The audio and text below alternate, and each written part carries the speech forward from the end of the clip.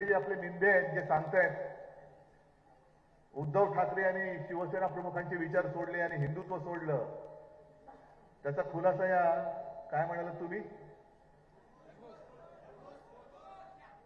नाही, नीट ऐकलं नाही तो. एकच जोरात सांगा. यांनी केलेलं आहे आणि त्यांनीच सांगले की दोन पक्ष मी कसे फोडले.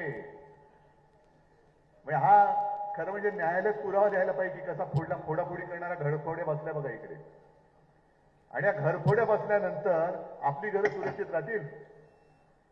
मी काल सहज कुठेतरी म्हटलं, हा आपले खासदार अरविंद सावंत आहेत, त्यांच्या तिकडे मी शाखा भेटीला गेलो होतो. शाखा भेटी म्हटलं तरी मोठमोठ्या सभा होत आहेत. आपल्याकडे एक पद्धत काय आहे जी शिवसेना प्रमुखांनी लावून दिले की लोकप्रतिनिधी तो कोणताही असेल, नगरसेवक असेल, खासदार असेल, आमदार असेल, कोणी असेल, निवडून दिल्यानंतर त्यांनी केलं काय, दरवर्षी त्याच्या कार्याचा अहवाल हा मतदारांना त्यांनी दिलाच पाहिजे. ही शिवसेना प्रमुखांनी लावलेली शिस्त आहे. मग त्यांचा अरविंद सावंत यांनी त्यांचा अहवाल प्रकाशित केला. माझ्या मनात सहज आलं की आपण, पण मी नावच विसरतो तुम्ही काय बोलता ते. त्यांना सांगितले की तुमचा अहवाल सांगा, देवेंद्रना सांगितलं की तुमचा अहवाल सांगा, अगदी मोदी शहाना सांगितलं की मोदीजी, शहासाहेब तुमचं तिकडे 5 वर्ष 10 वर्ष सरकार पूर्ण केलंय, जरा सांगा बरं 10 वर्षात काय काय केलंय. मग काय असेल अहवाल? हे घर फोडलं, हे कुटुंब तोडलं, ह्या कुटुंबाला बदनाम केलं, हा पक्ष फोडला, हे सरकार खाली घेतलं, ही सगळी गद्दारी केली. हा सगळ्या गद्दारीनी आणि फोडाफोडीने भरलेला इतिहास, हा यांचा कार्याचा अहवाल हा आपल्या समोर ते सादर करतील. बरं, एवढं भयानक पद्धतीने चाललंय.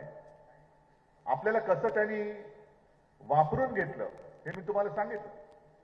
गेल्या आठवड्यामध्ये मी तुळजाभवानीच्या मंदिरात गेलो होतो आणि तिथे जी समाजली त्या सभेत मी आई तुळजाभवानीची शपथ घेऊन सांगितलं की अमित शहानी मातोश्रीवरती येऊन मला 2.5 वर्षाचं वचन दिलं होतं. हे मी तुळजाभवानीची शपथ घेऊन बोललो.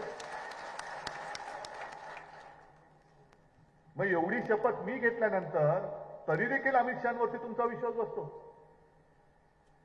मग एवढ्या नालायकपणाने ते वागल्यानंतर आम्हाला छत्रपती शिवाजी महाराजांनी शिकवलेलं आहे, एक तर कोणावरती हात उचलायचा नाही, पण जर कोणी पाठीतवार केला तर त्याचा कोथळा हा काढायलाच पाहिजे. म्हणून मी काढला कोथळा. बरं, काँग्रेस सोबत गेलो म्हणून मी हिंदुत्व सोडलं. तुम्हाला वाटतं ना मी हिंदुत्व सोडलं? मी शिवसेना प्रमुखांचे एकतरी विचार सोडले वाटतं? सोडूच शकत नाही. म्हणजे भाजपचा जो डाव होता की त्यांना असं वाटलं होतं की उद्धव ठाकरे काय करू शकत नाही, हा काय करणार, याला यावंच लागेल. वचन देऊन याला फसवलं तर याला फरफटत आपल्या मागे यावंच लागेल. पण त्यांना ही तेव्हा माहिती नव्हती की तुम्ही आज जो माझ्यावरती घराणेशाहीचा आरोप करताय त्या हिंदू हृदय सम्राट शिवसेना प्रमुखांचं रक्त माझ्या शरीरात आहे. ते तुमच्यासोबत झुकणार नाही, वाकणार नाही, पण तुम्हाला मोडून तोडून टाकल्याशिवाय आता मी राहणार नाही. मी उघड उघड सगळा हा डाव चाललेला आहे. मी हे तुम्हाला का सांगतो, कारण बाकीचे प्रश्न आहेत ते तुम्हाला माहिती आहे. शेतकऱ्यांना पीक विमा मिळतोय का, हमी भाव मिळतोय का, महागाई कशी वाढते, हे आहे, त्याच्या विरोधात आपण लढतो.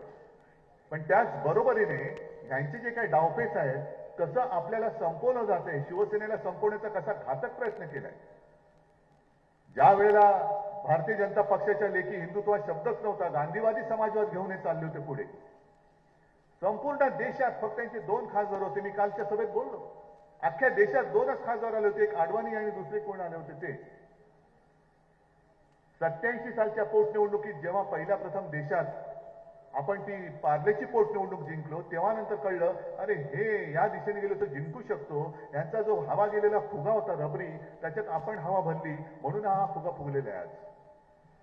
पण हा फुगा फुगला ज्यांनी मदत केली, अगदी मोदीजींना असेल, भारतीय जनता पक्षाला असेल, संकट काळात ज्या शिवसेनेने मदत केली, ज्या शिवसेना प्रमुखांनी मदत केली, तो पक्ष, तुम्हाला काय वाटतं तुम्ही दिल्लीत पोहोचलात म्हणजे काय ब्रह्मदेवाची बाग झालात? आम्ही तुम्हाला तिकडे मदत केल्यानंतर तुम्ही आम्हालाच खतम करायला निघालात. आणि हा हिंगोली तर शिवसेनेचा बालेकिल्लाच आहे. हा बालेकिल्लाच आहे. किती तुम्ही फोडण्याचा प्रयत्न केला करा, पण प्रत्येक वेळेला इथल्या हिंगोलीकरांनी निवडून दिलाय तो शिवसेनेचा आणि शिवसेनेचाच खासदार निवडून दिलाय. दुसरं कोणतेही फडके इकडे फडकू नाही दिले. मगाशी ताईने आपलं मनोगत मांडलं. आणखीन एक मला निवेदन आलं, त्या राजेश यांच्या राजेश कोल्हार यांची हत्या झाली ना काही दिवसापूर्वी. काय करताय पोलीस? जरा मी तुम्हाला असा दोष देत नाही, पण शेवटी तुमच्याकडे आम्ही न्याय नाही मागायचं, तुम्ही आमचं रक्षण नाही करणार, तर हे जे बसलेत तिकडे खोकेवाज त्यांच्याकडे आम्ही न्याय मागायचा?